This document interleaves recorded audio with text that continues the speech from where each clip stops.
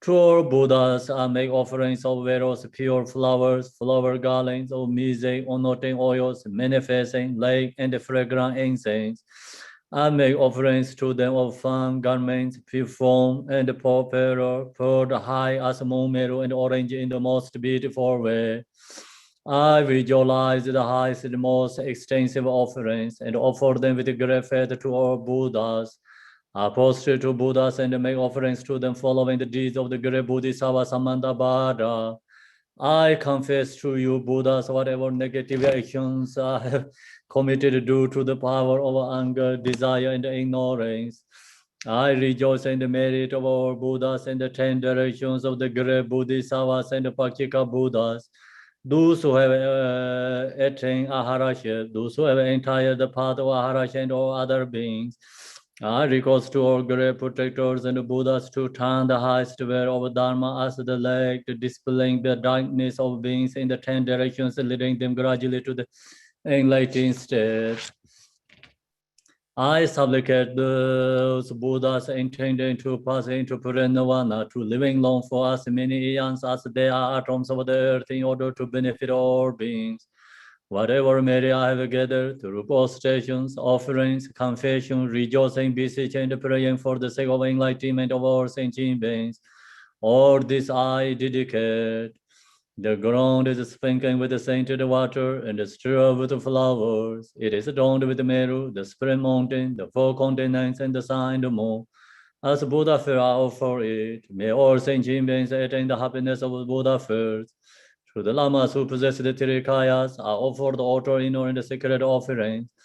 With my body, wealth, and all that is visible, please grant me the supreme realization and enlightenment. Whatever merit I have gathered through prostrations, offerings, confession, and rejoicing, beseeching, and praying, for the sake of enlightenment of all sentient beings, all this I dedicate. Om Guru Rina Mandala Banzamanga Samanda Savarina Samaya Ho. Equal refuge, honoring of the world. Your fame provides the 3,000 words. You are the victor, Vajradhara, widow adored. I bow at the feet of Father Jigti Songong, continually I think of no one but you. Compassionate one, grant your blessings. Dispel the darkness that surrounds my heart. Please bless me so that I can realize the unlimited nature of mind.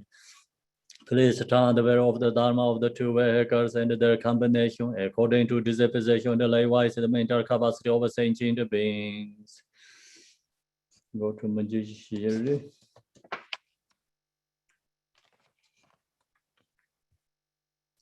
His wisdom is brilliant like the sun, free of the clouds of two worlds, and perceive the various steps of knowledge in the true nature. For this reason, he holds the wisdom text at his heart. He has a compassion for all beings who suffer from the darkness of ignorance in the prison of samsara as a father for only son. Like a thunderclap, he awakens those who are sleeping in ignorance and losing the charm of karma through the 60 branch of Haramana's speech. He wears the wisdom sword to cut the settling of suffering and to dispel the darkness of confession. And the Bodhisattva form he is pure from beginningless time, fully accomplished in the 10 levels and perfect in the body of all knowledge. I supplicate you, Majeshwari, adorned by the 112 son of Buddha to dispel the darkness of my ignorance. You who are the perfect youthful body, whose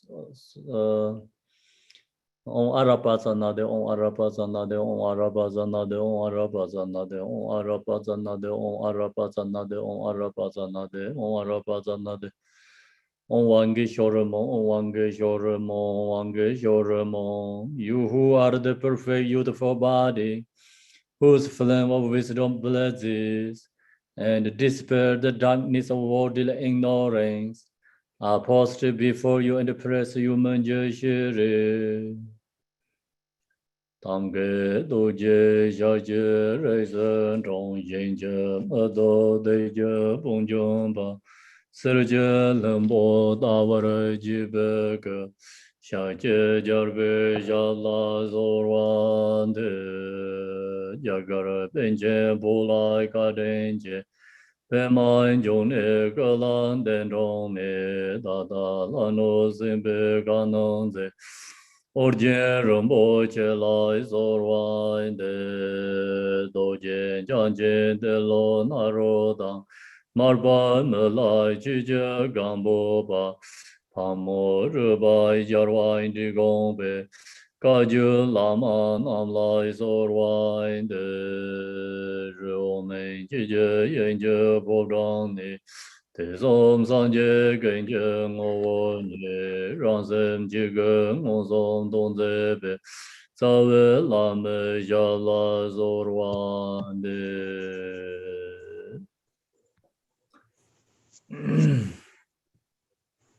Good morning, everyone.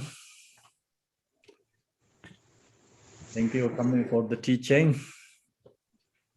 So now I'm going to sharing with you the teaching is Guru Prema Sambhava, pointing out instruction given to old woman.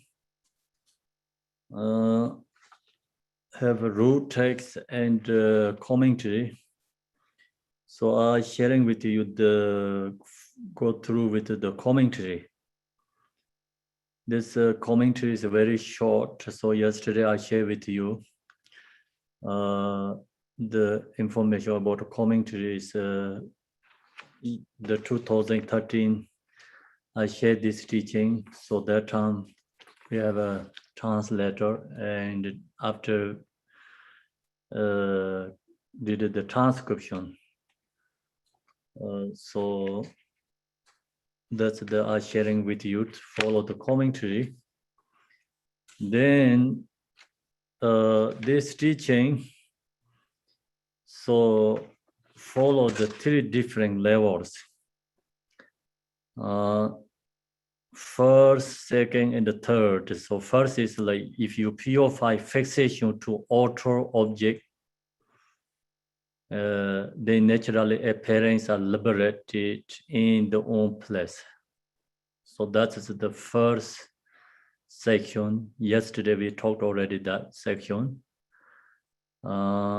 Then today we're going to the second section is if you purify the inwardly fixated mind, the mind itself is naturally liberated. That's the second section.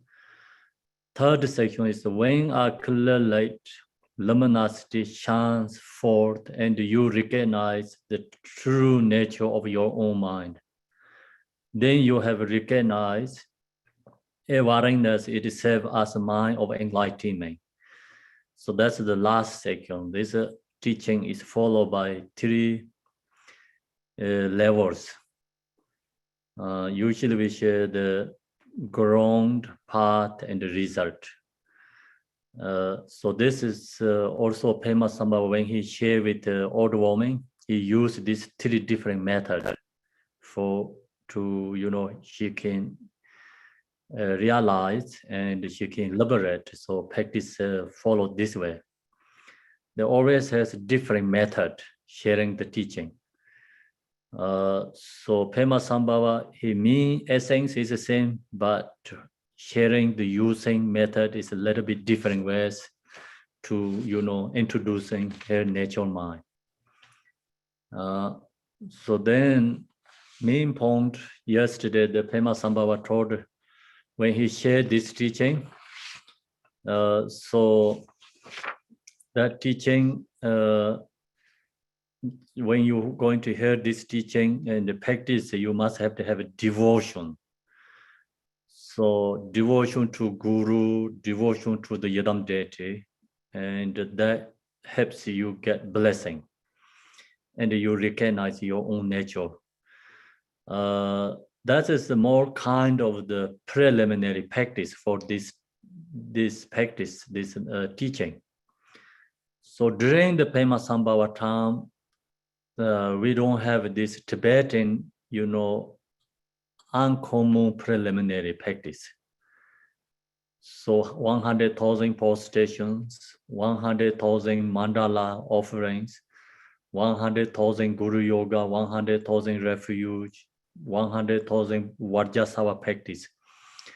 That time, that systems are thing not yet. So Pema Sambhava also, he didn't require to old woman to study, meditate for this teaching for the uncommon preliminary practice. Uncommon preliminary practice is after Pema Sambhava, so then this Tibetan masters, different lineage masters created that. Actually, of course, the main teaching is there, but then they make the, like rules and follow, like step by step. So that's the called uncommon preliminary practice. And then this one is just called the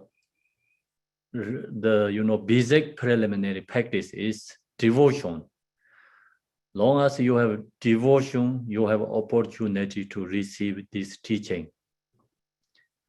So that's why Pema Sambhava, when he shared this teaching, he didn't share the Khenpo depth. He said, he told this old woman, you have more devotion to Khenpo depth. So that's why you have opportunity to receive this teaching. He shared for her. That's you have to know the preliminary practice, kind of like, more for devotion to Buddha, Dharma, Sangha. And then long as you have enough devotion, you practice this teaching, you can get blessing and you can get benefits. So now, today we are in the second section. Is page 8, I think page 8. Says like commentary on the second instruction. If you purify inwardly fixated mind, then mind itself is naturally liberated. So yesterday, Pema Sambhava giving instructions, auto phenomena, how to auto phenomena is taken into the path. How to do that practice. Like example, this auto phenomena is usually is causes of suffering and distracting for us. Then Pema Sambhava giving instruction yesterday is like how to this auto phenomena is not for distraction, for meditation, not causes of suffering, how to that taking into the path. So that is the yesterday, the teaching. Today, so Pema Sambhava he going to share is talking about the mind, inner mind. If you purify inwardly fixated mind, then mind self is naturally liberated. So sharing the teaching more focus for the mind, how to mind is liberated. Then the second pit instruction is purification of inwardly apprehending mind. So the mind needs to liberation. So usually our mind stuck with the auto phenomena. Even you can liberate auto phenomena, the mind is not fixation to auto phenomena, but still, if you don't know your own nature mind, still you cannot liberation. So auto phenomena, more,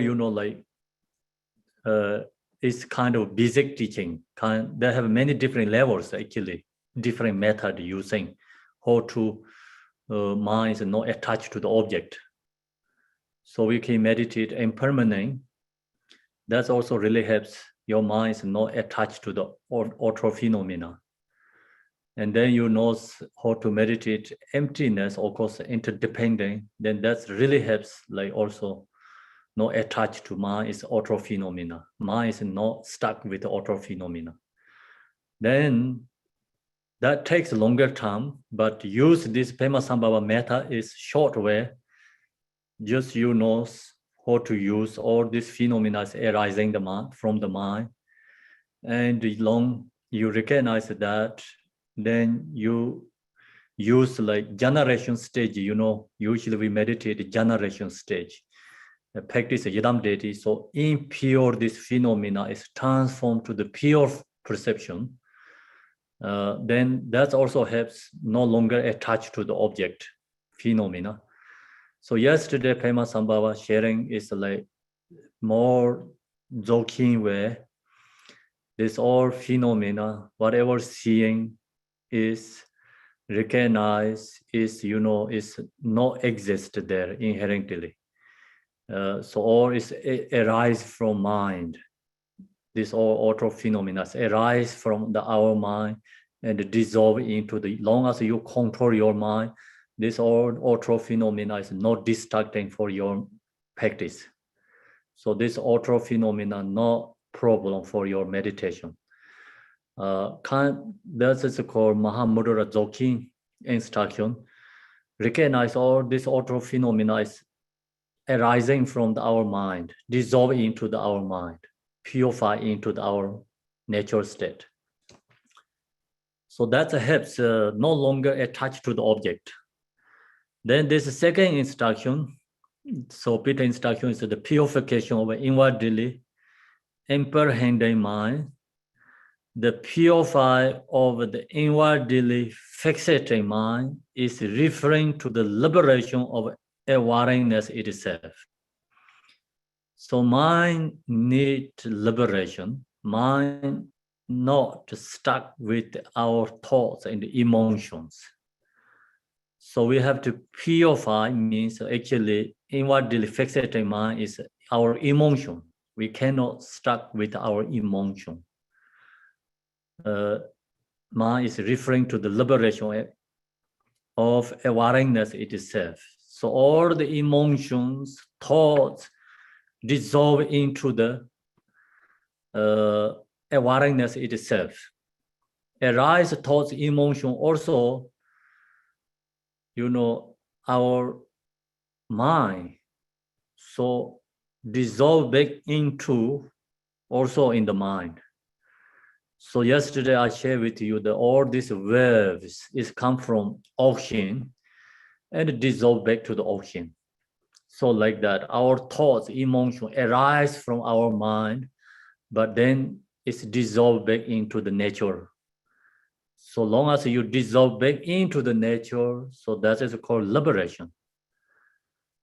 Our ordinary people, we don't liberate thoughts, emotions. Thoughts, emotions control us. So we follow the thoughts, emotions. That is not just short term, it's unbeginningless time until no. Our minds follow the thoughts, emotions. So we not liberating thoughts, emotions. Thoughts, emotions control our mind. So now this meditation, Pema Sambhava instruction is when thoughts, emotions arise, recognize, not follow the thoughts, emotions. Thoughts, emotion, your mind is seeing, recognize, no attached to, no hatred to that. And then that thoughts, emotions, it's self-liberation, called self-liberation. There's their own liberating their own thoughts, emotions. So that's this is the second Peter instruction. So what is fixating on within the mind? The mind grasps at the concepts and discursive thoughts that arise within it. See, when thoughts, emotion arise, mind is grasping to that thoughts, emotions. So that is our ordinary people, everyone. No choice actually. Because already we used to that, habituate already that. Not easy to liberating thoughts itself liberation. Then the Kagyu tradition, we say thought is dharmakaya. Emotion is dharmakaya. So Why they call the thoughts is Dharmakaya? Long as you can liberate itself thoughts, then thought is Dharmakaya. If you cannot liberate the thoughts, then that thought is a thought. Emotion is emotion, negativity. So if you can liberate the thoughts, emotions, then they're called Dharmakaya. What means Dharmakaya? You're seeing your thoughts is empty. You know, your mind is no fixation to the thoughts, no grasping to the thoughts. You liberate the thoughts. So thought itself is called liberating, self-liberating. Thought itself is liberating because thought itself is emptiness. That is called the Dharmakaya, like thought is Dharmakaya. The mind grasps at the concept and the discourse of thoughts that arise within it. That is our problem, ordinary people problem. So practitioners, when thoughts, emotions arise, their mind is not grasping to the thoughts, emotions. They see the thoughts, emotion is not exist. They're seeing thoughts, emotion itself is emptiness. Then it's called self-liberate. This instruction regards the discursive thoughts of the 5 poisons, the 5 afflictive emotions. So we have ignorance, we have anger, we have attachment, desire. That's 3 called 3 poisons. 3 poisons, and then plus, we have pride, we have jealousy. So that's 5 is called 5 afflictive emotions. Whichever of the 5 afflictive emotions that arise, when this 5 afflictive emotion arise, then there should be no grasping to or fixating on it. No clinging or holding to that afflictive emotion. It's not easy. Very, very hard, that part. It's ordinary people, almost no choice because emotions are too strong. The very powerful emotions are very powerful. Our meditation practice is not that just strong. Ordinary people, they don't have enough strong. So that's the reason when this 5 afflictive emotions arise, then our mind is kind of no choice. It's grasping to the emotions. So then what happens? So it's become create causes of suffering, causes of samsara. Then practitioner, so yogis, when emotion arise, then there should not be grasped to or fixating on it. They don't grasping to the emotions. They recognize emotions and the emotion is use that emotion. They use emotion create wisdom. The highest level practitioners use emotion create wisdom.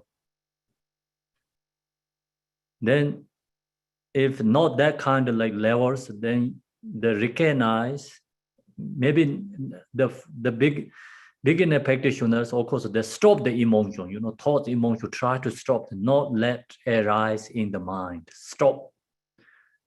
So that is for shamatha meditation, stop thoughts, emotions. Then when you practice yadam deities, also stop the thoughts, emotions. When you think about yadam deity, example, you visualize Buddha, so no thoughts, emotion in your mind. There are already thoughts, emotions, stop there. Yeah, so that is also another way to you can stop the thoughts, emotion, not arise. Then sometimes thoughts, emotion arise, right away the person meditate Buddha. So the pure perception is to stop the negative percepts. You apply the antidote. That's called apply the antidote. That is for generation stage meditation practice. It's sometimes we call, Tichu is cutting. Ju, Ju practice also cutting, means emotion cut. And Tichu means cut the emotion thoughts. Actually, all this practice, Yedam Dedi, also cutting the impure perception thoughts cut. So you create the pure perceptions. That's why we apply something antidote for negativity. Remove negativity, impure percepts. That practice is not the highest level. Instead, that we don't call the Maha Mudra and the Dzogchen. That is called the, generation stage. Generation stage is very good for the also for the beginner practitioners. Long as you have a devotion, even you don't have realized like Maha Mudra Dzogchen practice. So the generation stage meditation, that practice, you apply that, you can stop the impure precepts. You can stop impure precepts. So if we don't stop our impure precepts, then actually our door is already open for the emotions, easily arise emotions, because we are already habituated, used to that many lifetimes. It's not easy to stop that, just naturally arise, thoughts, emotions, because already habituated, used to that. That's why we have to apply antidote. Apply antidote is so many different methods. So another method is a generation stage practice. That is really powerful. You apply the, visualize Buddha, any Yadam deity. That's why we talk about clear visualization, then divine pride, recollection of purity. So these are the stages that really helps antidote to our self-grasping, antidote to our emotions. Then that's also help. We can help ourselves and we can help for others too. Example, like you wanted to help your friend, your relative, your family. So when you think about that the right way, you visualize the Yadam deity and chant the mantra, meditate and supplication, pray. So that is apply antidote to the obstacles. So that's also many different levels. Then Pardo beings also we have this many different practice for shadow deities. That's also we apply for antidote to Pardo's fears, Pardo's impure percepts, negativity, arising. The negativities arise in the percept. The Pardo being has so much fears, very difficulty, suffering. So we apply these shadow deities antidote to their, their suffering. I mean, their negativity. The generation stage or is apply antidote to reduce this negativity, impure percepts. Then think about this Maha Mudra Dzogchen, they don't apply antidote. So you have to, recognize and let it be, and they do the self-liberate, self-liberate. Thoughts, emotions, self-liberate. So that's why it's a kind of like you contradict like generation stage and Maha Mudra, but different, using method. Generation stage always use method, negative is transformed to the pure precepts, apply antidote. So Dzogchen, this meditation, we don't apply any antidote. When emotion arises, you recognize emotion, and then look to that emotion. That emotion itself is emptiness. That means that emotion is liberated to the Dharmakaya. You don't have to apply any antidote. That's why here, this course of thoughts that's arising within it, this instruction regards the discourse of thoughts of the 5 poisons, the 5 afflictive emotions, whichever of the 5 afflictive emotions that arise, then there should be no grasp to or fixating on it, means no rejecting. So no accepting, no rejection, no fixation mean point. No clinging or holding to that afflictive emotions. For instance, with the afflictive emotion of anger, if one doesn't grasp at anger, then it will not disturb the mind. So you no longer fixation to your anger, then the anger not disturbing your mind, not creating negativity. Long as you see the anger and then no grasping, long as your mind is no grasping to your anger, then you can watch the anger. Anger is your object of your meditation. Anger not disturbing your mind. Then anger also actually really helps you are practitioner. So you can watch the anger. Anger is become useful. The anger helps you or become, practitioner. Without anger, you cannot be high-level practitioner. So that's why emotion is the causes of wisdom, means emotion helps realize.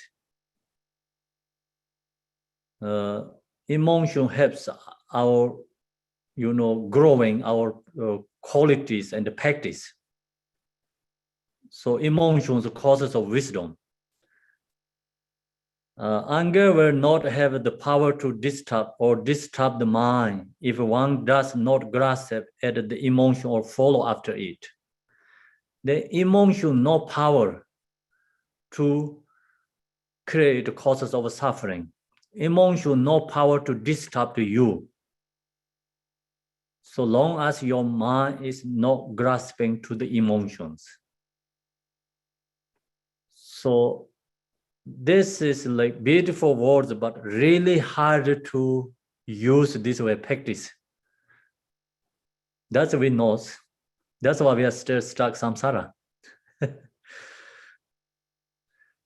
So then just you also have, see, long as you have a connection, devotion, belief, and wanting to do this practice, meditate, that's also really powerful too. That intention is very powerful. There another, we shared the last time the absolute truth Majeshwari teaching. The end of the Mahayana Rinpoche says, who hearing that teaching also free from samsara. Not talking about this life, but one day you can free from samsara. Then if long as you practice, then he said no cautions.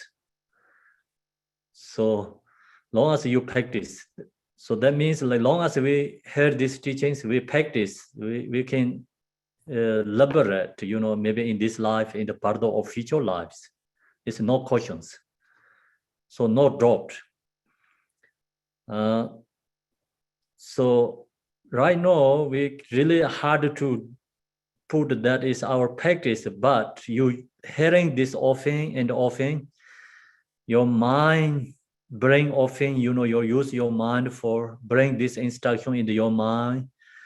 So apply to sometimes just small problems, small obstacles, use this method, apply, that helps become slowly, big obstacle, big emotions, like bigger suffering arise, then that really helps transform the, the emotion is taken into the path. So we have to just use to this. Same is like generosity. Buddha said when you create a generosity practice, like left hand to give right hand give to left hand. If you are very strong, selfish, giving to yourself, meditate, and then you can give like some object is not that important to you, so you can give that for others. Then slowly, so you become, your mind is used to, and then you can give generosity like bigger and bigger, so you can have more people. Like that. In this one, also when we have to use, just long as you're mindful, is very important. Mindful, recognize we have emotions, thoughts, unpleasant feeling arise, and disturbing your mind. Then use this practice, apply often and often. So one day, like you can transform bigger problems taken into the path. Anger will not have the power to disturb, or disturb the mind, or does not grasp at the emotion or follow after it. One recognizes that whatever emotion, so long as you recognize whatever emotion, whatever thought or concept that appear in the mind, it is empty of inherent nature, and that it is not actually different from the essence of mind itself. So the thoughts, emotion dissolving into nature state, you call liberating, means like dissolving to the nature state. That is called liberating. Thoughts, emotion, liberation means like your thoughts, emotions, like, send to some other heaven, or, like purely something, not like that. Sending somewhere. Liberating means the, see, thoughts, emotion is the, actually, and that it is not actually different from the essence of mind itself. Thoughts, emotions, you recognize is dissolving into their own nature, emptiness. So that is called liberation. We are our self-liberation, means long as we recognize our own nature, then we are self-liberating ourselves. We are liberation. Awareness itself has the nature of emptiness. So the nature, awareness, sometimes we call Rigpa, or Buddha nature, awareness, that self has the nature of emptiness. That is emptiness. That's why everything within the, into the, Dharmakaya means, usually we say, this Dharmakaya provided all the phenomena, all the sentient beings. Because long as you, all these beings, the phenomena realize emptiness, then everything you liberate into the Dharmakaya, transform into the Dharmakaya. So awareness itself has the nature of emptiness. So that nature of emptiness is provided everything. That's why we share this Mahayana teachings. Nothing is permanently, inherently exist. So all the phenomena is emptiness. Then this all the phenomena is not different than become awareness itself has the nature of emptiness. Dissolve, transform, liberate. You liberate all the phenomena, you liberate all the thoughts, emotions, you liberate everything. Just so whatever appear in the mind, all of the concept and the afflictive emotions are also endowed with empty nature, see? All of the concepts and means, like yesterday we sharing all the appearance. True, appearance also transform to the emptiness. Then afflictive emotions are also endowed with empty nature.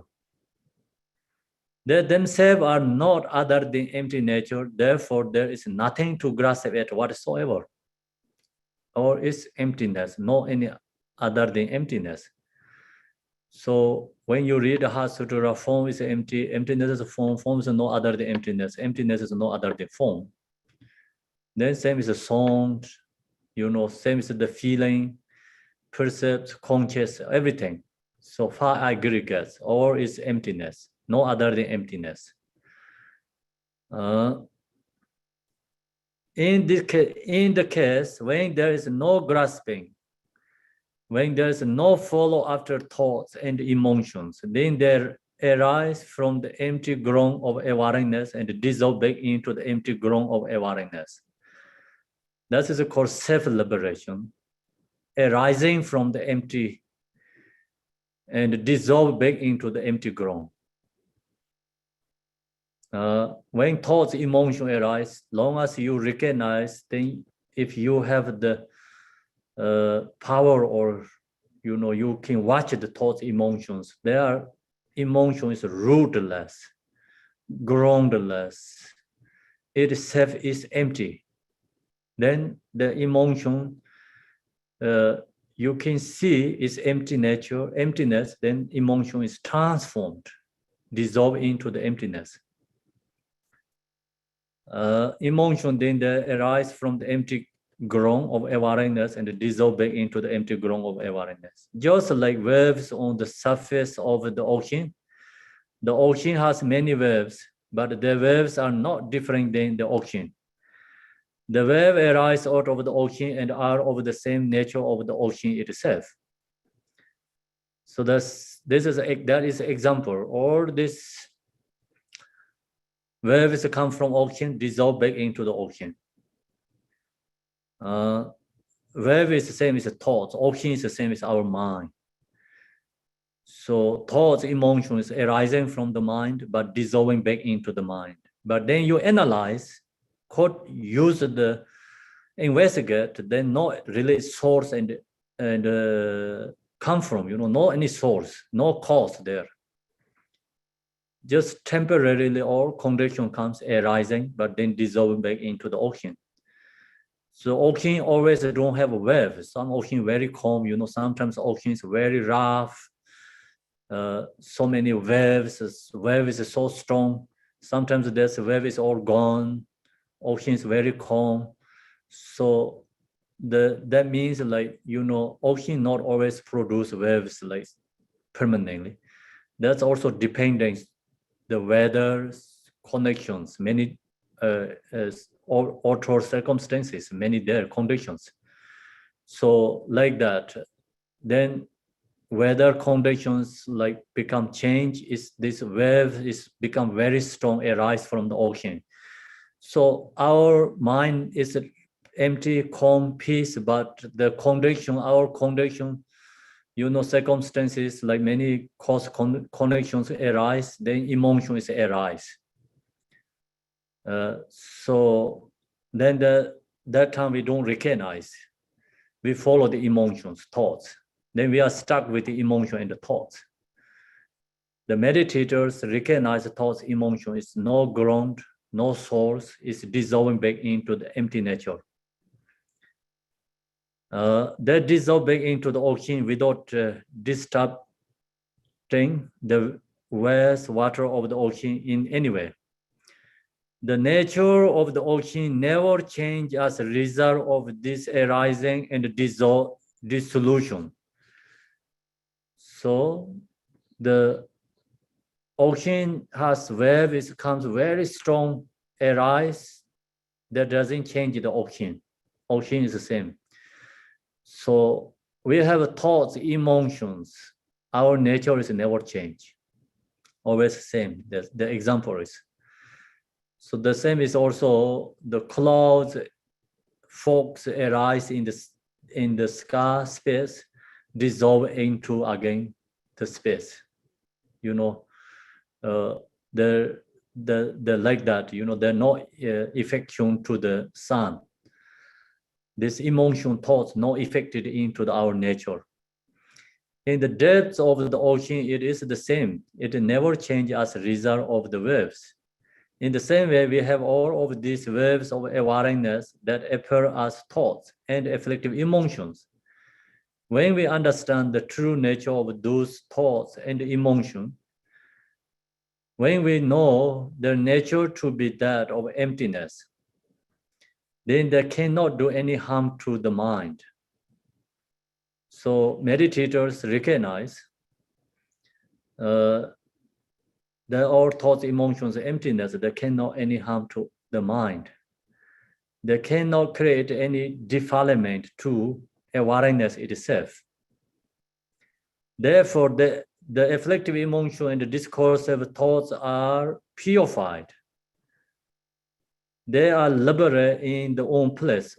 Once we know their true nature, then there cannot be any stain to awareness itself. This emotion thoughts actually cannot change our natural mind. Main point is thoughts, emotion, wherever arise, long as you know it's dissolved into the nature, that is liberating.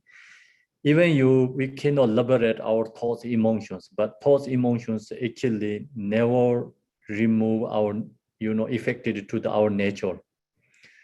So same as this wave is cannot affected to the ocean, not change the ocean, like that. In this case, what we are referring to is that discursive thoughts and afflictive emotion are liberated as wisdom, as the wisdom of intrinsic awareness. What causes this to occur is simply recognition of their essence. When the essence is understood, when it is directly experienced and there is no grasping or no following after the discursive thoughts and afflictive emotions, and we abide within the recognition of the essence without following or grasping after them, those thoughts and emotions are transformed into wisdom. So that part is a very important section. Nothing to explain, actually already explained there. Or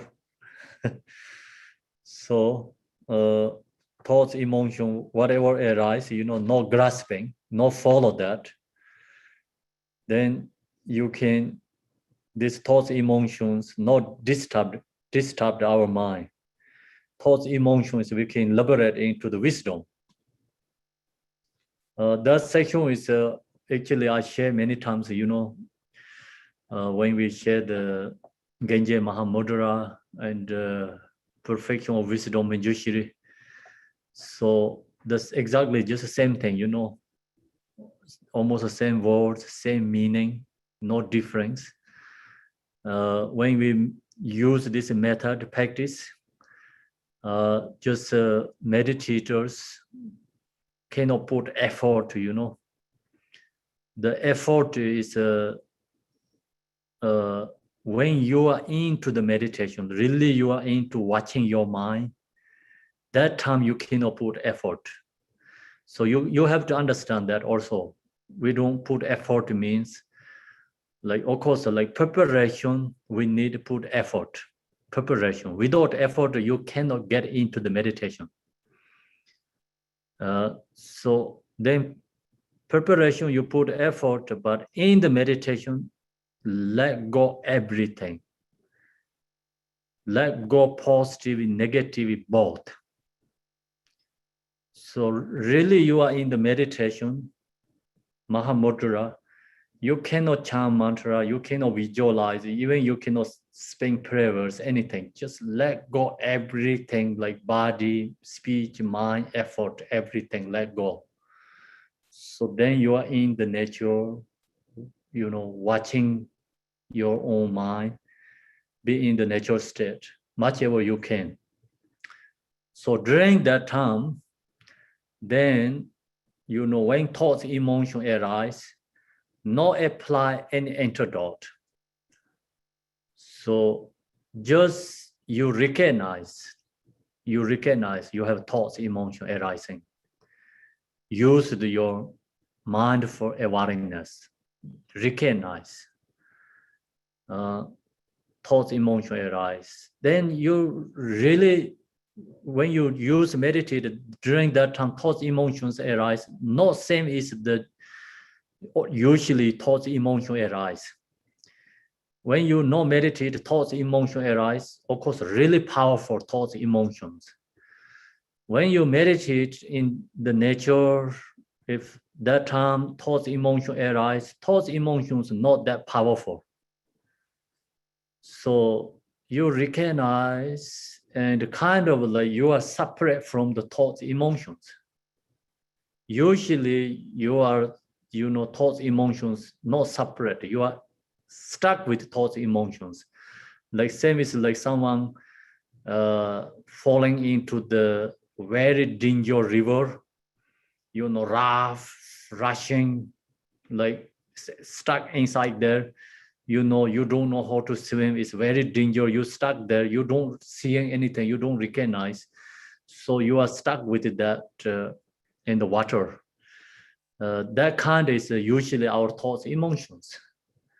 So we are stuck with that thoughts, emotions. When you meditate, then you see that rushing river, very wrathful, falling, like you are separate. You can see them, you're not stuck in there. So that kind, when you are in the meditate, then you are separate with these thoughts, emotions. You see the thoughts, emotions. You're not stuck with that thoughts, emotions. So then you cannot reject the thoughts, emotions. That because the same is like rushing river, you cannot stop. Just watch, yeah. You see like that. You see thoughts, emotions. Don't stop. No apply antidote. So no need any positive, negative, apply anything. Just live. Watching and live means thoughts, emotion. You just watch. And then that thoughts, emotion itself is no ground and no source. Itself is emptiness. So that means that own liberate self-thoughts, they're just, you don't have to apply anything. They're just naturally their own liberation. Apply antidote is not for this Dzogchen and Maha Mudra meditation. Apply antidote is always like generation stage. Then of course like apply antidote is all other levels, many different levels of practice. So this one is like you are into the nature, then you just have to watch, recognize. You don't have to do any actions. So that way, then thoughts, emotion more arise. You use that, you can create more wisdom. Then you transform this thought, emotion is like create more wisdom, become your, practice is growing strong and strong. That is means like then you have become practitioner. Practitioner not to jump into the negative place to fighting with someone. Like I say, I'm not going to control my anger, and you be with anger people, you fighting with them. Still you say, oh, I'm not anger. That is incorrect, right? Not possible to do that way. Yeah. So you use, like say, meditate and the liberating emotion. Long as you can do that practice and strong, then you can go to the public and with enemies, no problem. So you already have self-protection. So otherwise you don't have self-protection, but as you say, I'm going to help someone, is you're going to die with them together, right? So you don't know how to swim, like someone sinking in the water, so you also jump there, you die together. Sometimes like who has a good heart like that too.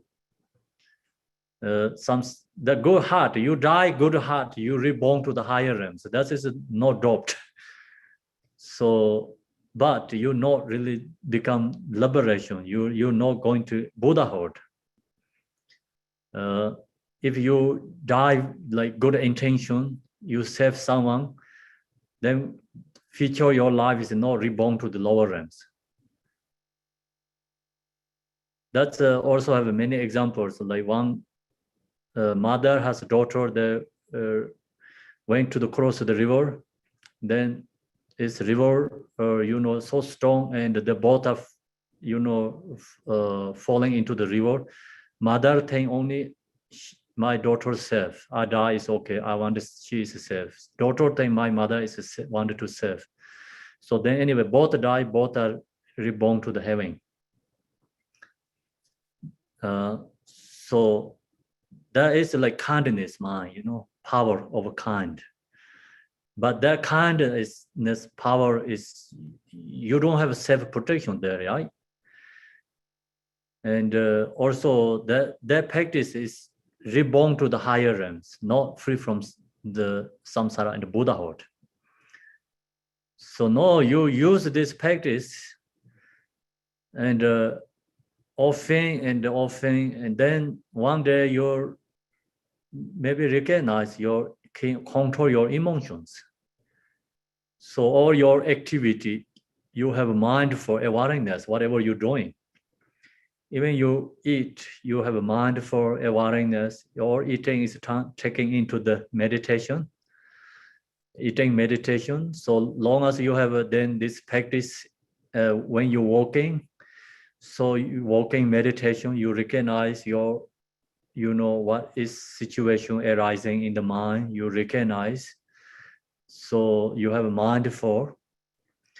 Then whatever you do, your activity, you have mindful. That is like qualities come from in the meditation.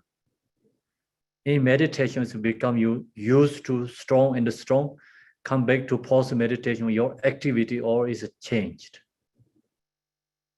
Then you can do something action with other people. You not stuck with their suffering. You can help them, others.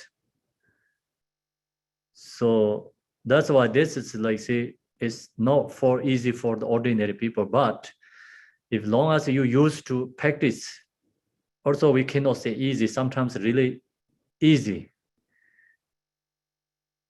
If long as you used to. The reason is emotion is not permanent.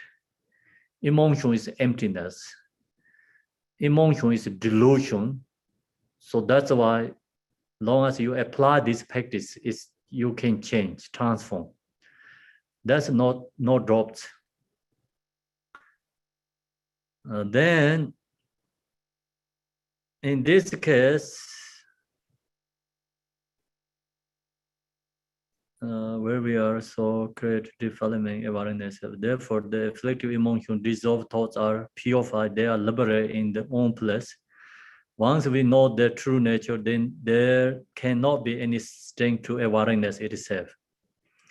In the case, what we are referring to is that the discursive thoughts and the afflictive emotion are liberated as wisdom. As the wisdom of intrinsic awareness, what causes this to occur is simply recognition of the essence.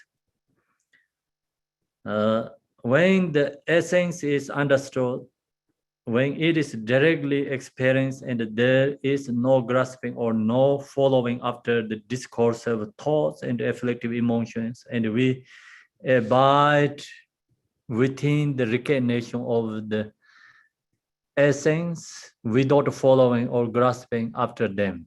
So we don't follow, we don't stuck with the emotion and the thoughts. These thoughts and the emotion are transformed into wisdom. We can transform. Transform means you're just seeing their nature. They really see their own essence, nature. So that is called the transform. actually not the transform means same is like medicine is changed to the the poison is changed to medicine, not like that. That is generation stage. Generation stage transform is changed. Impure perception changed to pure. That's also called transform. Then this Maha Mudra transform is different. Maha Mudra Dzogchen transform is you're seeing the reality and the truth. That is called transform. Like emotion is arise negatively, but you really see it's nothing negative there. It's all essence is emptiness, no exist there. So that's called the transform.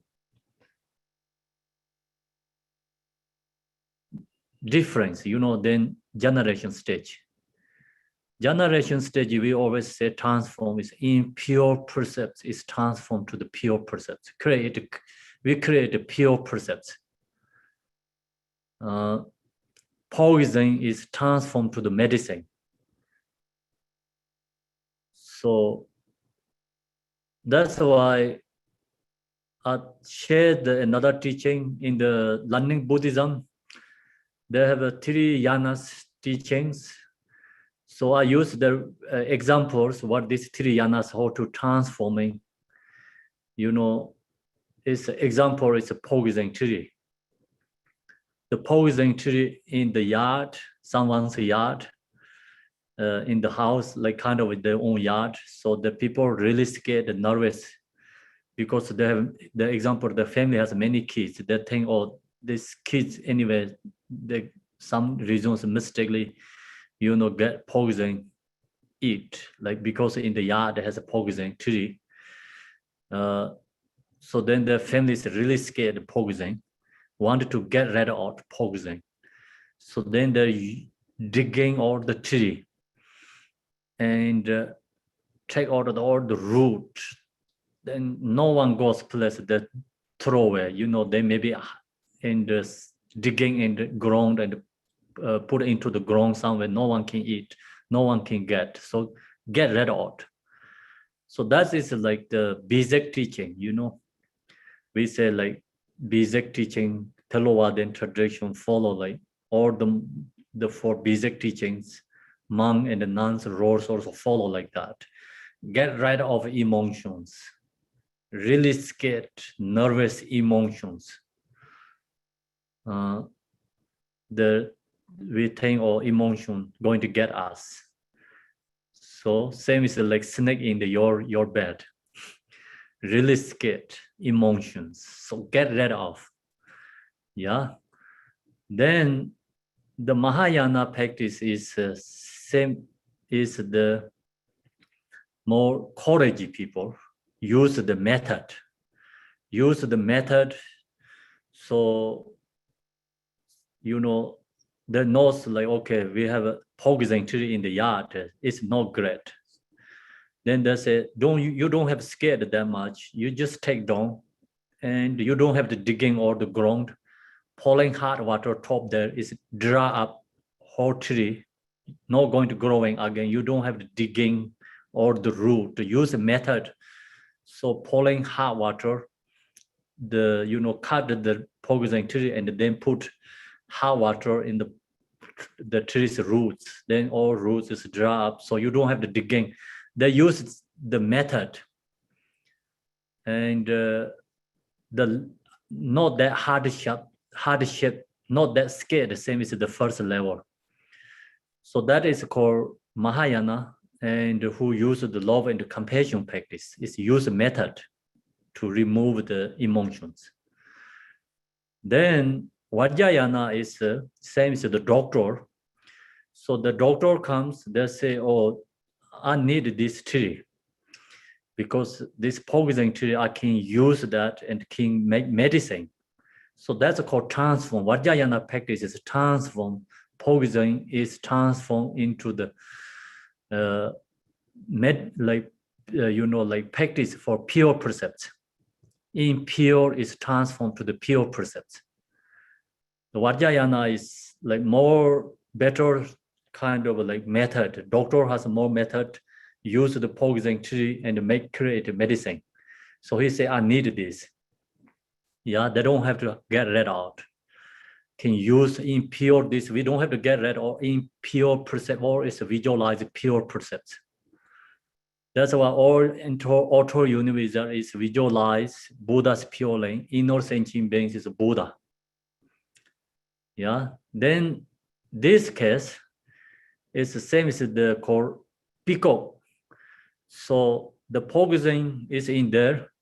Then when peacock comes, peacock eat the poison.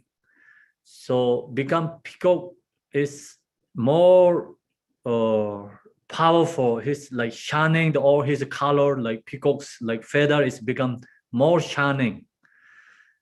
So arise the all this colorful. So that's it. I don't know the true or not. The example is like that. Peacock eat really poison or not? I don't know that.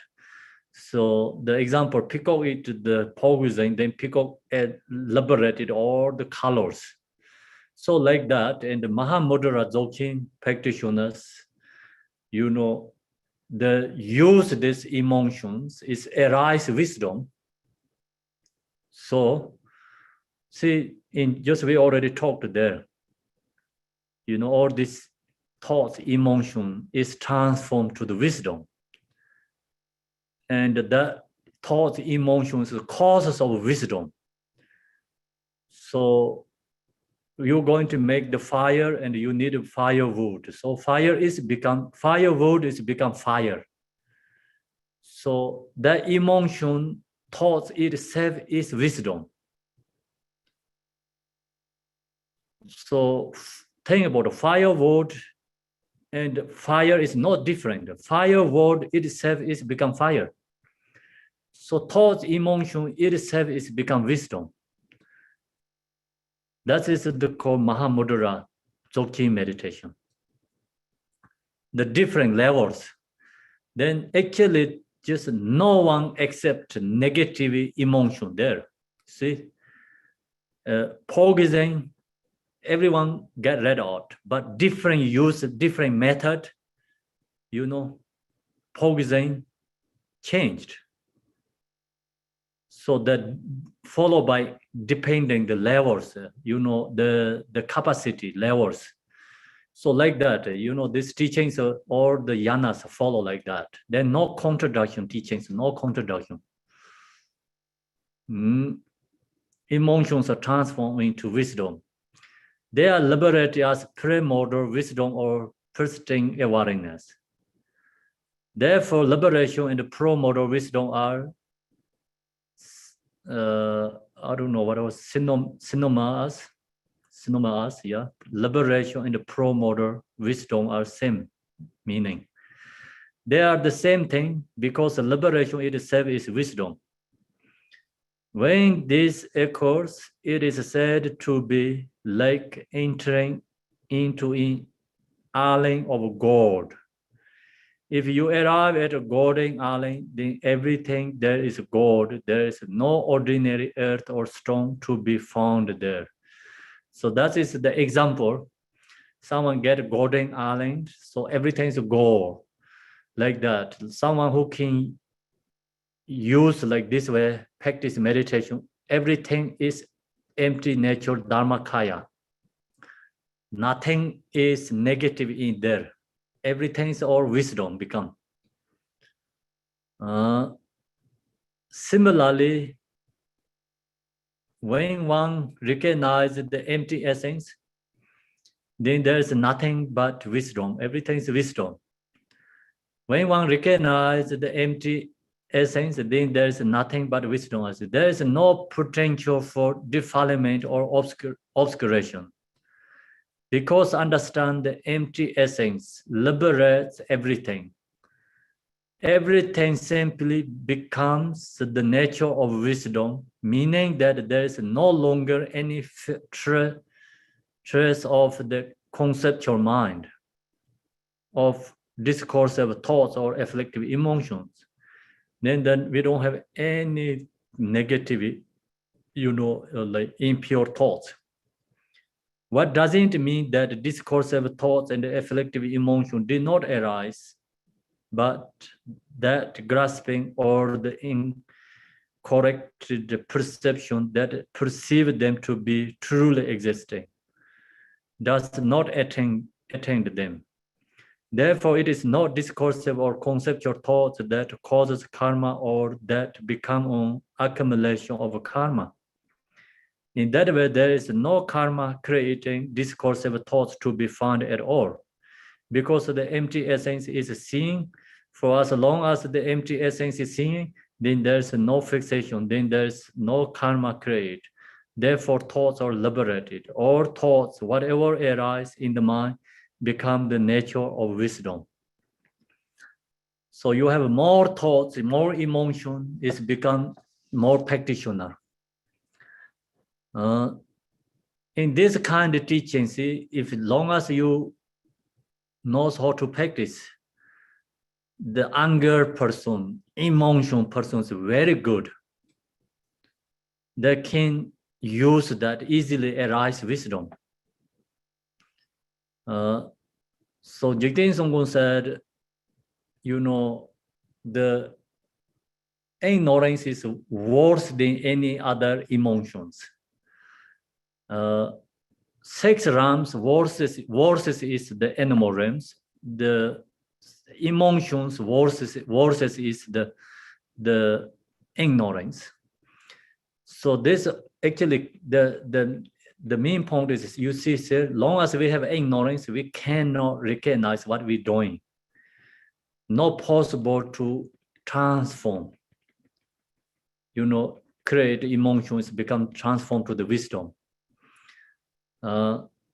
So then actually anger, other emotions, not that bad. Long as you have mindful awareness, you know how to practice, meditate that.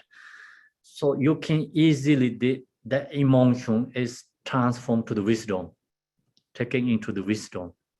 So that means like you need more anger, you need more jealousy, you need more pride.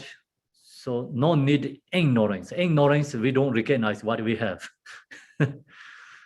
So if no ignorance, then we recognize I have anger. So you can use that anger is create wisdom. You need jealousy because use jealousy and create wisdom. So that's why Jigten Sunggu, what he says exactly, like understand for you, practice this clearly, that information is. So then, of course, animal realm is like have more strong ignorance. That's why. Not talking about the suffering. Suffering, hair realm is more suffering than animal realms. But ignorance is more strong than comparing to hair realms. Animal realm is more strong ignorance. So anger is more suffering, actually more damaged than ignorance. But actually, ignorance is like so hold us in the samsara, like not let go. Just kind of like we are bound with ignorance in the samsara. So anger create like temporarily, more suffering, and create causes of suffering, anger. But actually, the ignorance is more strong, basically. So that's why Jigten Songgon say ignorance is worse than any emotions. Long as you have awareness, mindful, that is antidote to our ignorance. Then the anger, emotion, more arise, you can use this practice taking into the wisdom path. So this teaching is very powerful. When we have emotions, thoughts, that really helps when you apply this, practice. Then commentary on the third instruction. So we go into the third instruction.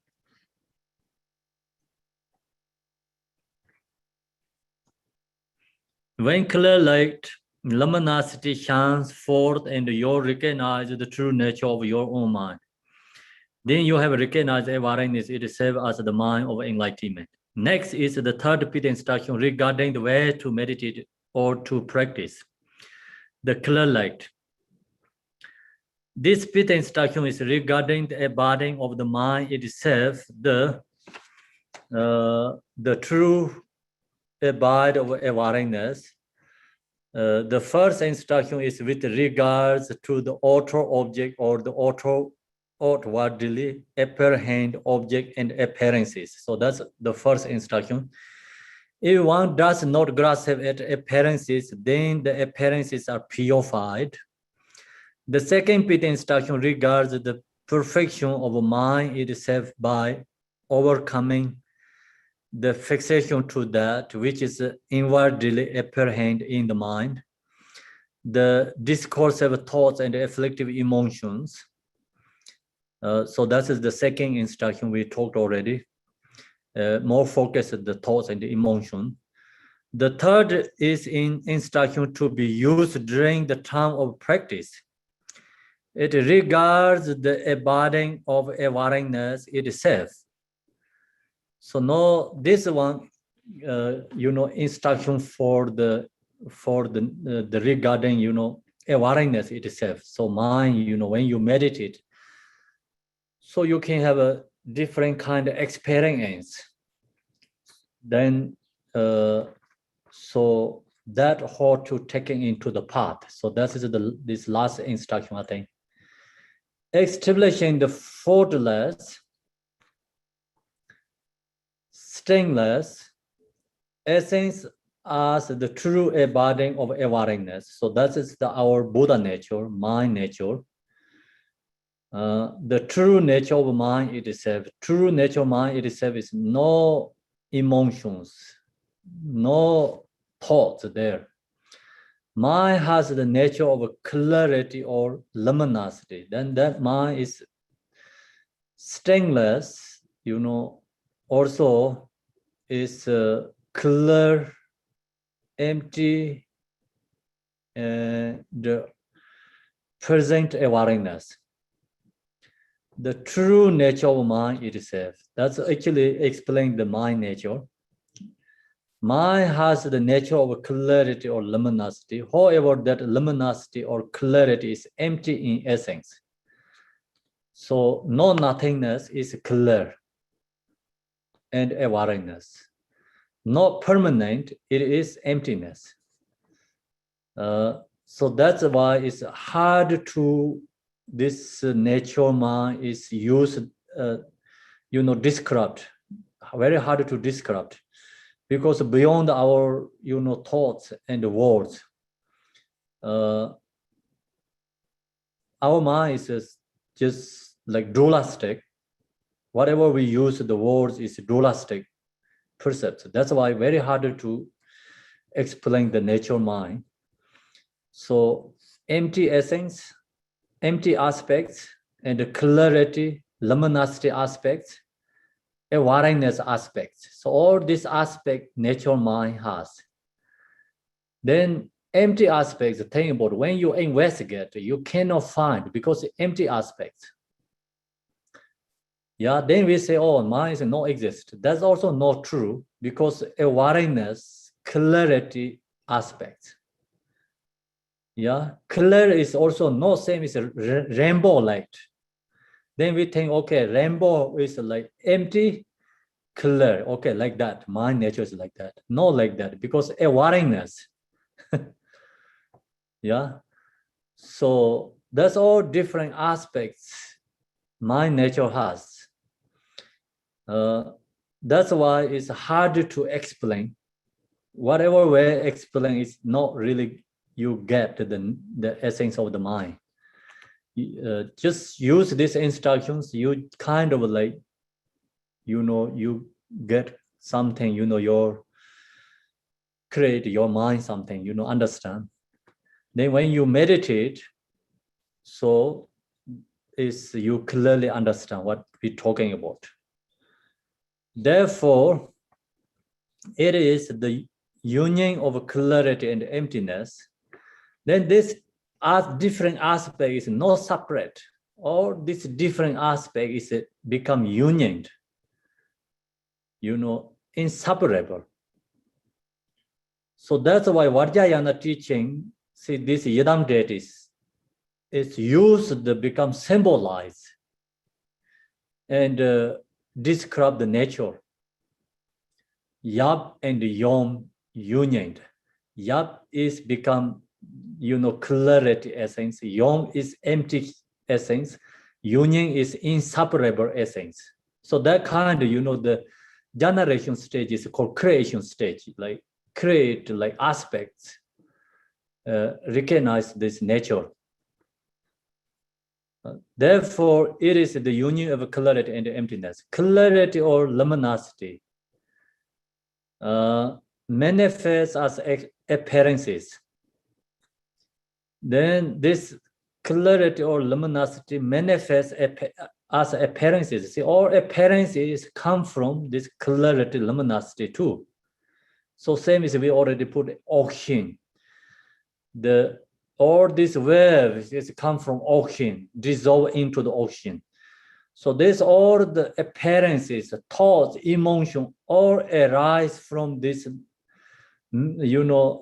clarity or luminosity, emptiness, manifest as appearances. So all these appearances manifested at appears, or is appear to that.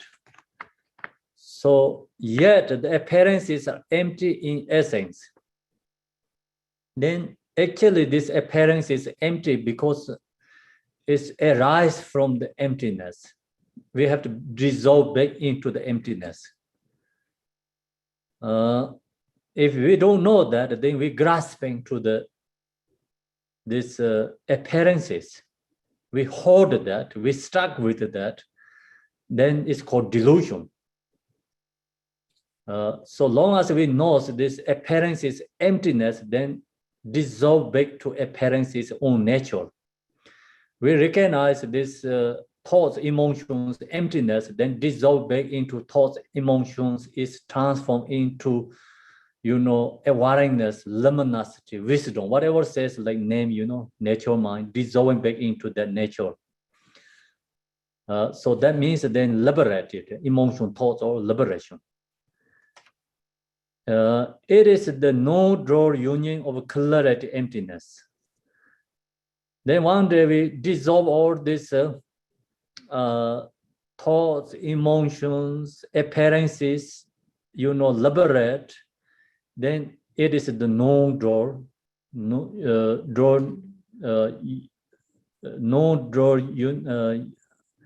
unknown of clarity and emptiness. Become no dualistic.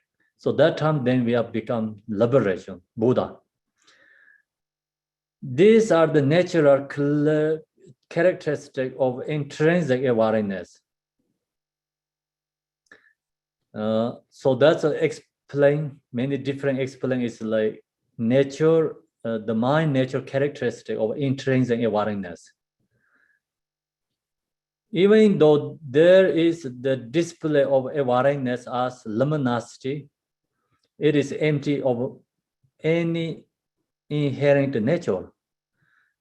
So mind display of awareness, luminosity, that also emptiness.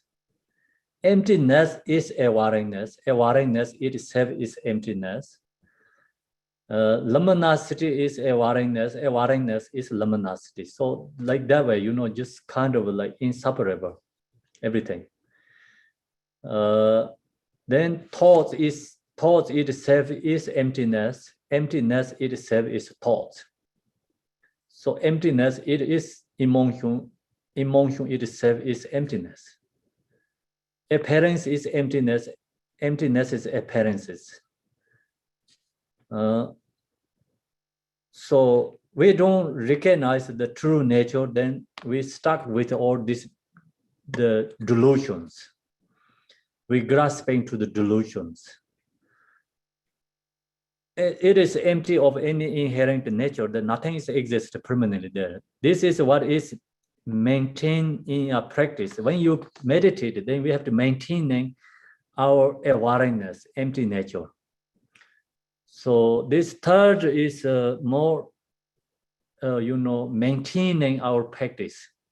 Famous Sambhava introduced author phenomena, appearance is emptiness. Our thought, emotion is emptiness. It's all is this arise from the, clarity and the luminosity manifest as appearances and the thoughts, emotions. So they all dissolve into that nature. Then we have to meditate, maintaining that nature. So we have to use to, we have to habituate. There's the display of awareness, luminosity. There's empty of any inherent nature. There's what is maintained in practice. By maintaining this in meditation through practice, stabilization of the recognition of the inherent embodying of awareness itself. We have to log on to our own mind nature and be their nature essence.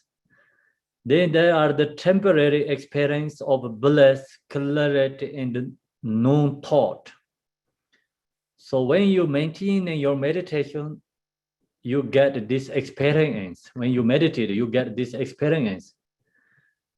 The experience is, stabilization of the recognition of the inherent embodying of awareness itself.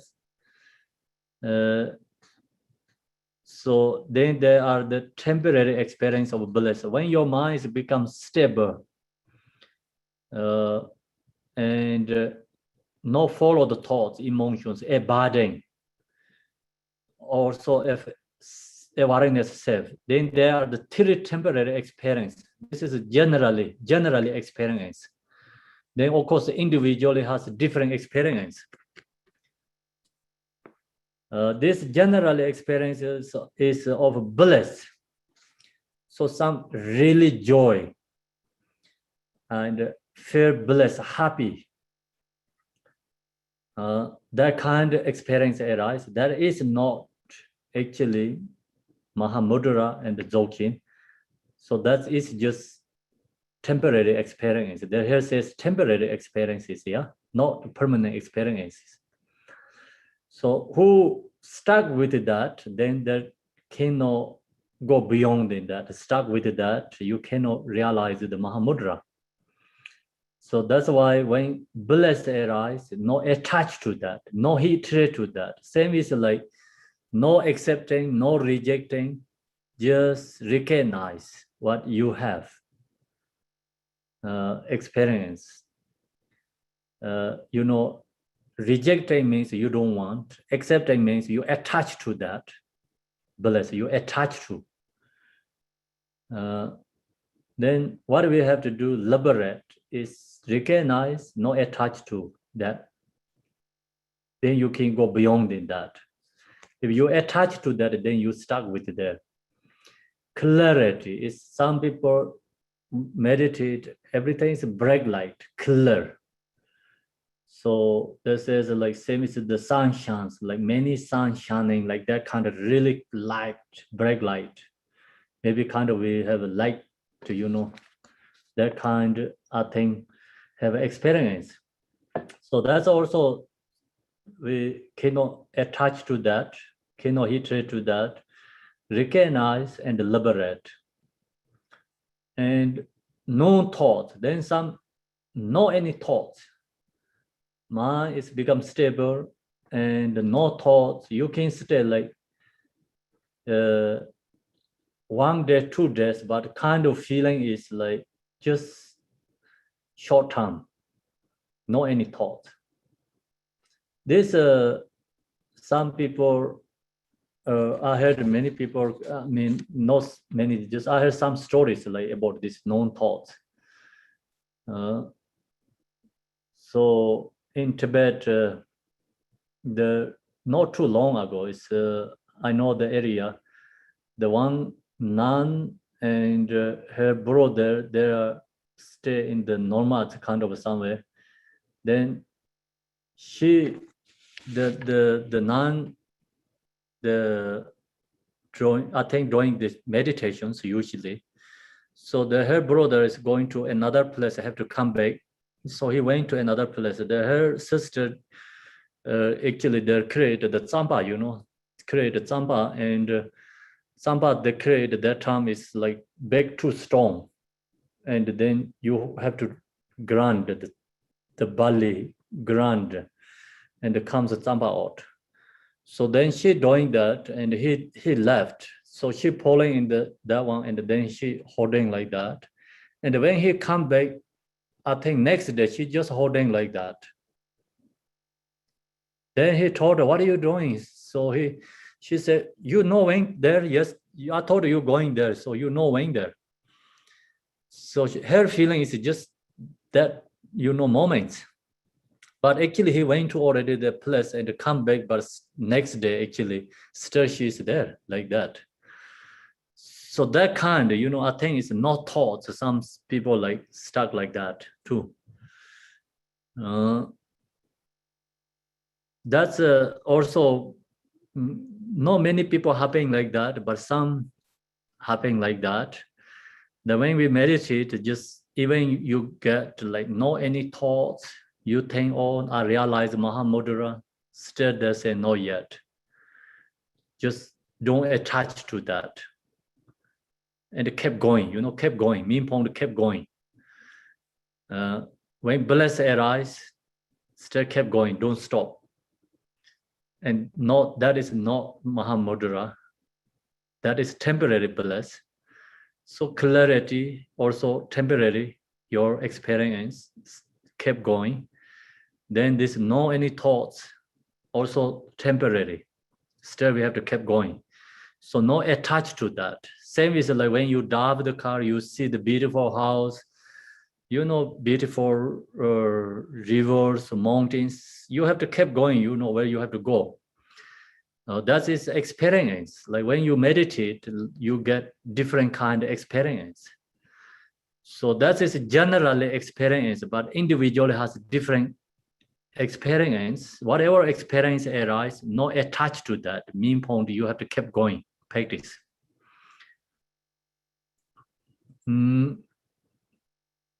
Then no any thoughts. Where I am.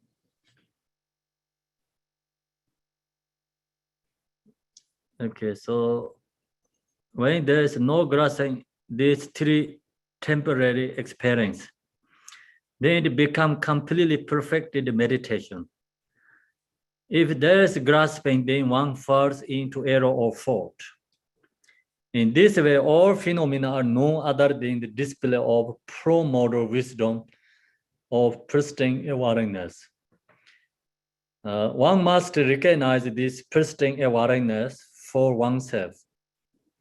One must recognize one's own true face, one's own true awareness. If one meditates recognizing one's own true nature, then this is utterly free of the designations based on the mind of duality. Concepts such as good or bad birth, inferior or superior wisdom, the greater vehicle and the lesser vehicles, young or old or clear faculties or not so clear faculties, not so clear faculties. All of these have no basis. They lack any substance nature. So main point, this teaching is not dependent on this, vehicles. That's also same is in the Maha Mudra, Genje Maha Mudra, we already talked. When you meditate, then so you free from the dualistic. So then don't have good or bad, and they're all free from that view and the percepts. So then you are so bad birth, inferior or superior wisdom, the greater vehicle and the lesser vehicle, young or old or clear faculties or not so clear faculties. All of these have no basis. They lack any substance nature. The all is actually is empty and no, this is like judgment as our temporary perception, but not truly exist. When abiding within the view that realizes the true essence, these are all understood to be of one single nature, all are understood to be of this very essence. Therefore, those designations based on duality no longer apply. And when Guru Rinpoche said, "Oh, lady, of you meditate like this, you will become a Buddha." So you meditate, follow these 3 instructions, then Pema Sambhava told her, you have become Buddha. Additional advice, when Guru Rinpoche gives some follow-up pit instruction to the older woman saying, older lady, if you meditate like this, you have no need for fear at the time of death. Because if you follow that instruction, you meditate, you don't have to fear to die, no fear die, and you are free from death suffering. You will not have any fear, so free from fears. That's also usually we chant the Khenpo prayer, you know, the no fear in there in the nature states. Supplication Tara also, supplication to Tara free from fears. So means like long as you realize your nature, you are free from fears. If you meditate like this, there is nothing better that you could do with this life. You cannot do anything better than this life. Pema Sambhava, he really gave the heart instruction, you know, for her. There is no greater meaning that you could possible give to this life that surpasses this. So Pema Sambhava said, you cannot do anything better than in this life. You cannot do something good for yourself better than this. Guru Rinpoche continues, remember that your life is impermanent. So he's sharing the impermanent because long as we know it's impermanent, we get effort to practice, meditate. And there is no telling when you will die. So no one tells us when we die, just one day we're gone. So someone say, oh, no, you are like this age, you're ready to die. So no one give any signal for us, death, right? Die. There is no telling when you will die. So you should make effort only in this pit instruction that I have talked to you. So you put effort for this instruction. You should only make effort in this to strive in the activity of this world for your children or husband and so forth. Even if you were to engage in all of these great worldly activities for thousands of years, just a single moment of recognize the true nature of mind is of far greater meaning than all of the countless worldly activity that one could accomplish. So that's a very powerful statement. He's giving instruction. Even just a moment of meditate on the true nature of mind is extremely vast and profound in meaning. It's meaningful. Even we get into like mind in the nature one moment, that's also very powerful, become, you know, connect into this, into our nature, going into the nature states. So usually 24 hours, our minds follow the dualistic percepts. So not into the nature. That's why we think about samsara is so strong. Samsara is come from dualistic. Then this liberation is come from known door. So how many hours we stay in the known door? Maybe 1 minute, 1 day. If you can stay 1 minute, that's also useful, powerful. Pema Sambhava says. Extremely vast and profound in meaning. However much you devoted to worldly activity in this life, you will never finish them. That's we know. Just think about 1 day. So you say, I finish a day, but same is the next day. So keep going that day, month, year, never finish, never ever finish. Who finished the samsara? No one finished. So when child was born, and then it's no any independent, because everything is dependent for parents. That is all the human being. Just we think about human beings. Then slowly, just parents told them to have to learn the read, write, and all these things, teaching, study, and follow that. So when the kids talk, they never finish the kids. Always have to do something. Parents forcing them to homeworks, send to class every day, and goes that, and go up to teenagers. Then just have to study, never done job. So you finish kindergarten, you have to go to another school. So finish that. You finish that, you have another. So you finish that, goes, no finish. Then when you finish study and you have to get job, you already started again. You have become family, starting family, another again started. So never ever done anything, right? Then follows like that whole life goes. We don't recognize. It's then already gone. Life is gone. So no finish, never finish them. There will never be no end to worldly activities. It's true, right? Never end worldly activities. So then what we have to do, of course, we are in the samsara, we have to do worldly activities, but we also have to find some times for practice.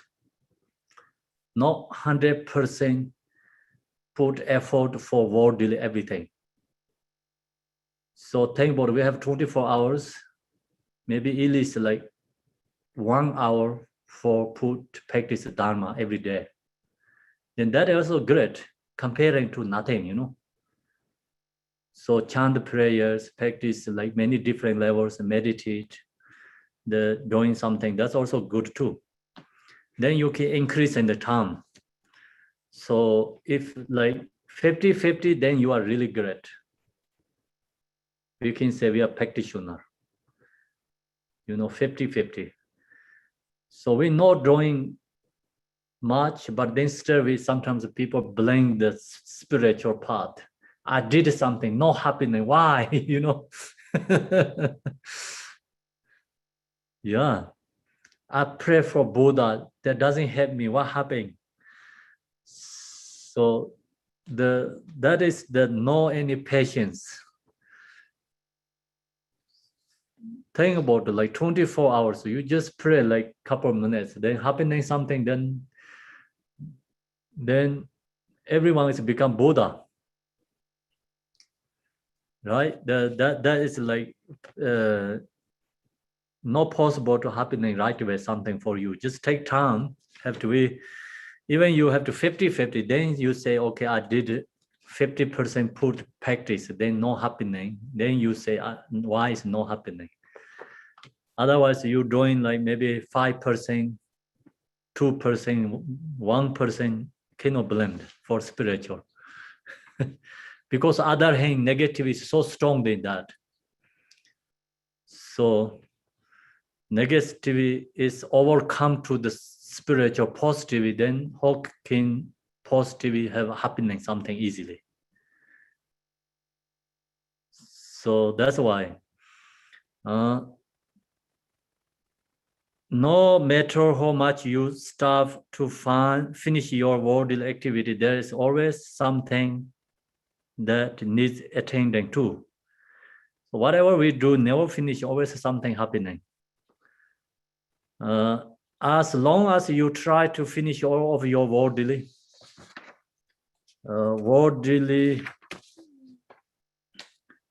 activities, there is never any end to those activities. Worldly activity never end. So see, then we go, the whole life is finished. Then we're going to reborn again, you know.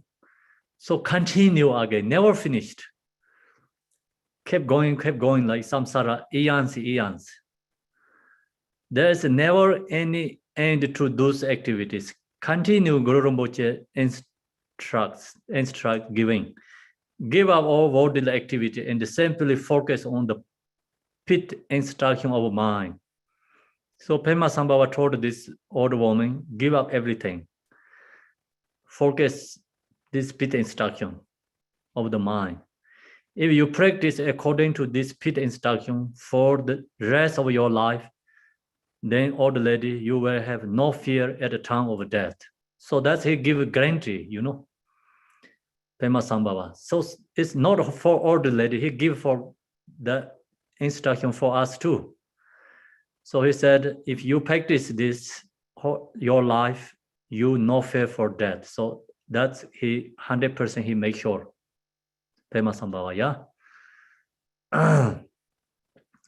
The letter of this pit instruction is the finger pointing instruction. So finger pointing, Pema Sambhava point finger to this old lady. Then because Guru Rinpoche talked them to the old lady while he was pointing his finger at her, as Guru Rinpoche gave this pointing or pit instructions to the old lady, she practiced them for the rest of her life, and through this, she achieved liberation. Yes, of course, she can achieve the liberation. She has a karma, she has accumulation, received this teaching from Pema Sambhava directly. And then that's why not only she liberation, of course, this teaching liberate many beings already. She practiced them for the rest of her life, and through this, she achieved liberation. She attained great level of accomplishment. She became fully liberated and accomplished in one life. Also, Yishi Soja wrote this pit instruction wrong, and so there are actually pit instructions that come directly from the mouth of Guru Rinpoche himself.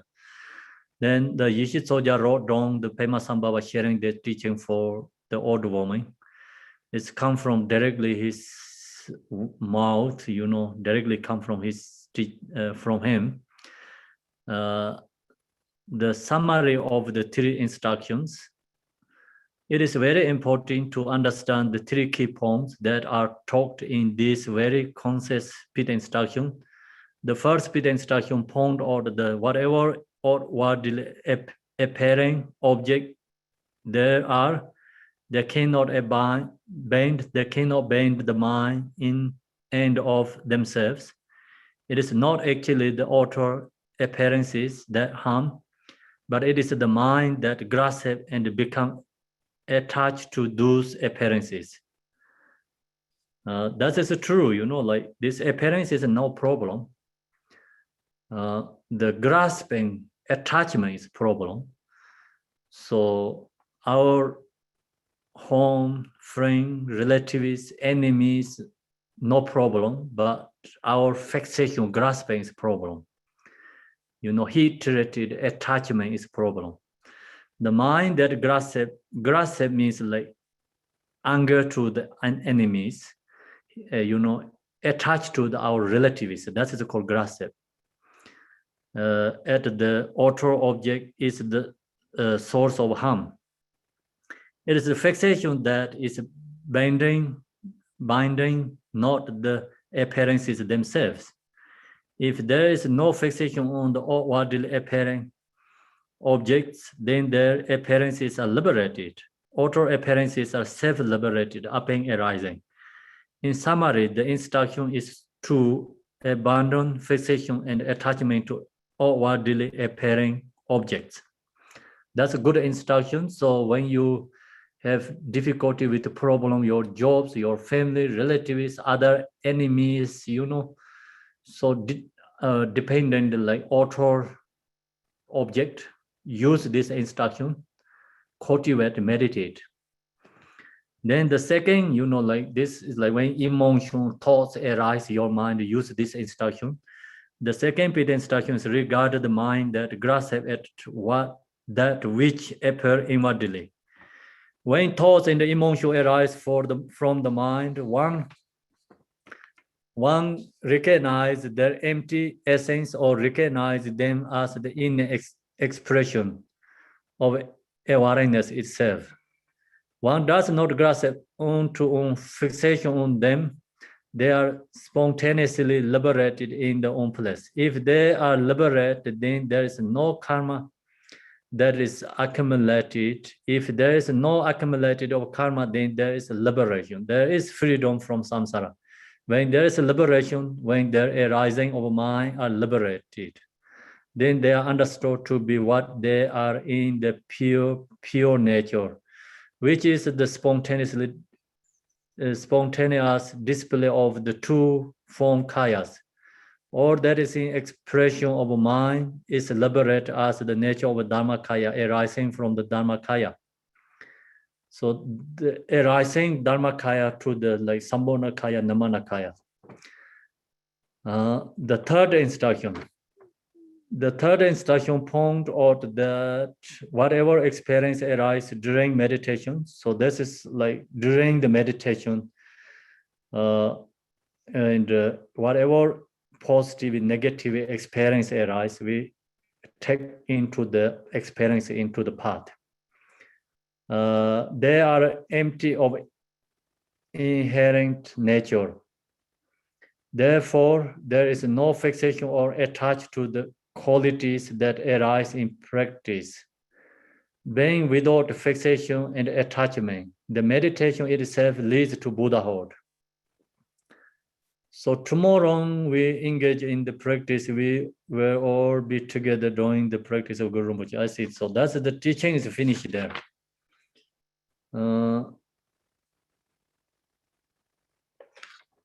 Yeah, it's the three instruction. Fifth instruction is finished. What time is? Okay, time also finished too. People have asked about the transmission again, Khenpo. Transmission? Yeah. Well, transmission actually already received together teaching. So sorry, but I forget to bring my root text Tibetan. I already have root text Tibetan to do transmission. Okay. So I can do the next Sunday. So we're going to do another teaching and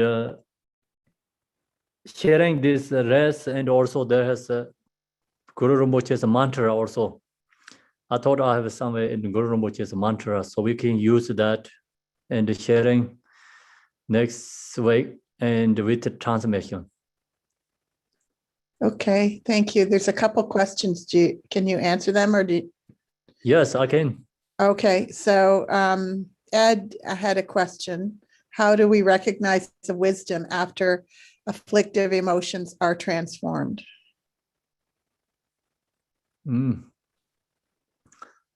So afflictive emotion transformed, then you just that experience that you get your own experience, you recognize. So we cannot really explain for that.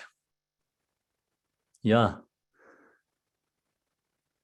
This experience also like meditators, they have own experience. Then use this method, not attached to that, recognize, you just the teaching apply method, you recognize your own experience.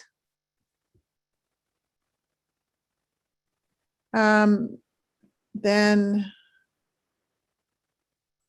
the second, example is when you eat the candy, Then say how to recognize candy's taste. So long as you eat the candy, so you recognize your candy's taste. Like that. I understand. Thank you. You're welcome. Thank you. Any special tips to practice the second instruction? Yes, it's meditation. Long as you meditate, then this experience arises. Then you just no attach, no grasping to that. That's it. Okay. Yeah, How do if not meditate, then this experience is not possible. If you stay home, you know any travel lane, you cannot see on the road what there has, right? So long as you drive, you taking on the path, you see the object, like houses, the trees, mountains, beach, or you can see many different kind.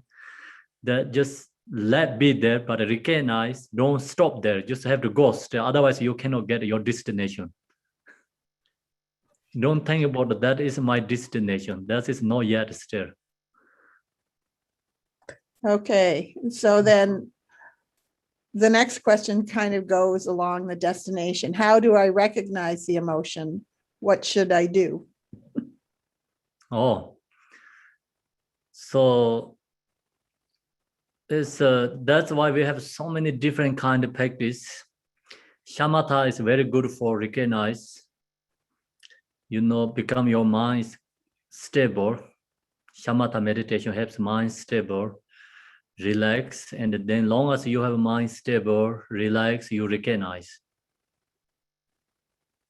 Usually we just practice use for mindful awareness.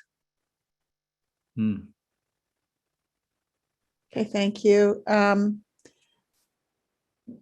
Is it that when we practice in generation, creation, and dissolve, and then rest, is that what we do? Practice in the generation? Okay. Yeah, then we go into the completion stage.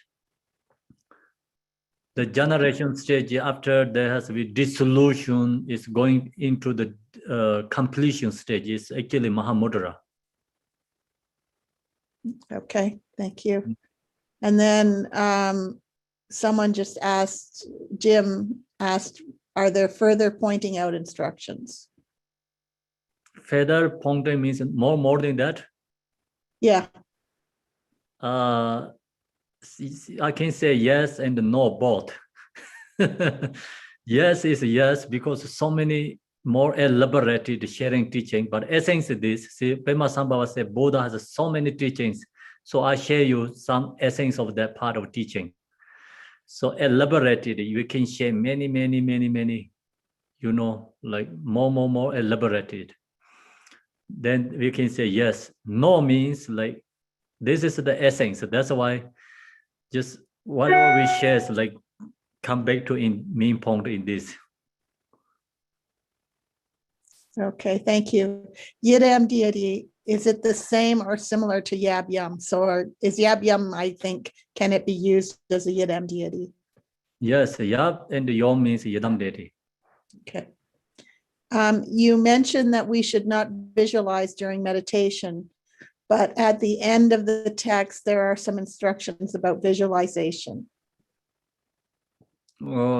That's visualize means like generation stage we have to visualize, but this one in the meditation no visualize. This is called completion stage, no visualize. Okay. And then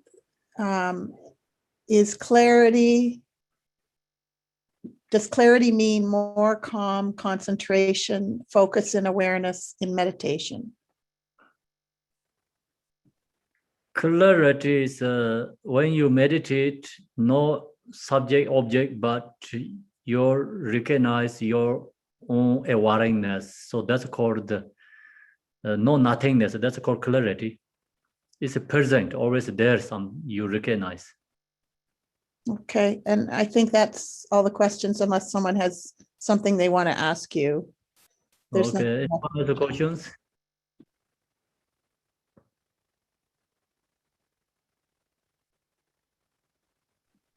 Guess not. Do you want me to share the dedication? Sure.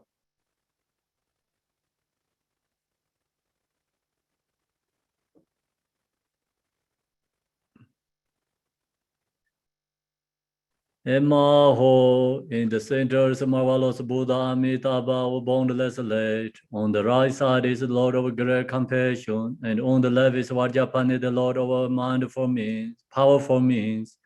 All are surrounded by limitless Buddhas and Bodhisattvas. Immeasurable peace and happiness is the blissful feeling of their watching. When I and all beings pass from samsara, may we be born there without taking samsara rebirth. May I have the blessing of meeting Amitabha face to face by the power of the blessing of the Buddhas and the Bodhisattvas of the 10 directions. May we attain this aspiration without hindrance. Tiyata Pinjandaya, Avambodhanaya Soha. Bodhicitta, the excellent and precious mind, where it is humble, may it arise, where it is born, may it not decline, but ever increase higher and higher. By this virtue may I achieve omniscience. By defeating all enemies, confusion, may all who traverse on the waves of birth, old age, sickness, and death cross the ocean of samsara. As Manjushri Devero realized ultimate state, and as did Samantha, I will follow in the path and fully dedicate all the merit for all sentient beings. May the teaching of the great Gomparana Shri, who is omniscient Lord of Dharma, Master of interdependence, continue and increase through study, practice, contemplation, and meditation at the end of the samsara. Thank you, everyone. Have a wonderful day. Thank you. Thank you, Khenpo. Thank you so much. Thank you, Khenpo. Thank you. Very much, Thank you. Khenpo. Thank you for your Thank you very teachings. much. Thank you. Khenpo. Loving the teaching, everyone. Thank you, Khenpo. Dashi